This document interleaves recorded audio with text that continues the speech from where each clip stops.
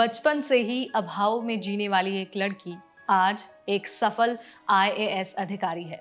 एक वक्त ऐसा भी था जब इंटरव्यू देने दिल्ली जाना पड़ा था, लेकिन उनके पास 40,000 रुपए भी नहीं थे।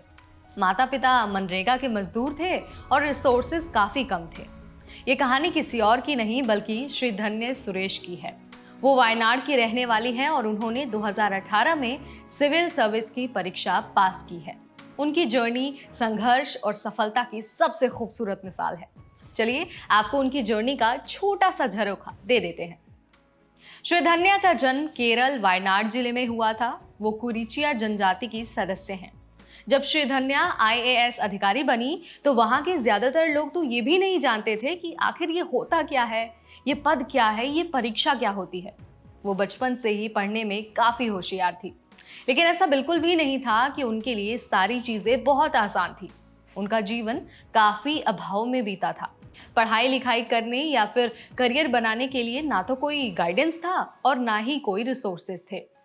लेकिन कहते हैं ना कि जब अर्जुन का लक्ष्य सिर्फ मछली की आंख हो तो कितनी भी कठिनाइयां क्यों ना आ जाए, अर्जुन अपने लक्ष्य को भेद ही देता है। ठीक ऐसा ही श्री धन्या के साथ भी था। उन्होंने अपनी आर्थिक, सामाजिक और किसी भी तरह की बाधा को अपने लक्ष्य और सफलता के बीच नहीं आने दिया। वो बचपन से ही एक मेधावी छात्र थी। श्री धन्या ने वायनाड से ही अपनी स्कूली शिक्षा प्राप्त की है और उसके बाद वो कालीकट में सेंट जोसेफ कॉलेज में चली गई, जहां उन्होंने जूलॉजी में अपनी हायर स्टडीज पूरी की। इसके बाद श्री धन्या को राज्य सरकार के अनुसूचित जनजाति विकास विभाग में नियुक्ति मिल गई, जहां उन्होंने आदिवासी छात्रों के हॉस्टल के वार्डन के रूप में काम किया।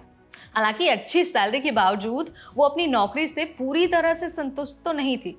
उनका सपना बड़ा था और उन्होंने अपने लक्ष्य की ओर एक और प्रयास करने का निर्णय लिया। यही वो वक्त था जब श्री धन्या ने आईएएस अधिकारी बनने का फैसला किया। बस फिर क्या था, छोड़ दी नौकरी और लग गई अपनी तैयारी में, अपनी नई जर्नी में। लेकिन ऐसा नहीं था, जब उन्होंने नौकरी छोड़ी और तैयारी में लगी तो मुश्किलों ने उनका साथ छोड़ दिया। तमाम मुश्किलें तब भी उनके सामने आई।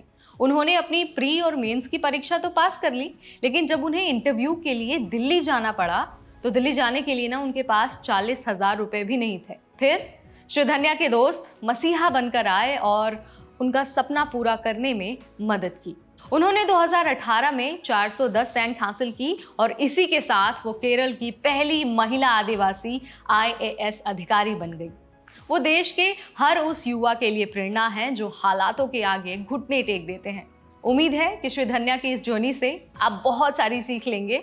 अगर आप भी थक कर बैठ गए हैं, असफलता से निराश हो गए हैं, तो दोबारा आप खड़े होंगे, अपनी किताबों को निकालेंगे, तैयारी में लगेंगे और अपने लक्ष्य की ओर आगे बढ़ेंगे।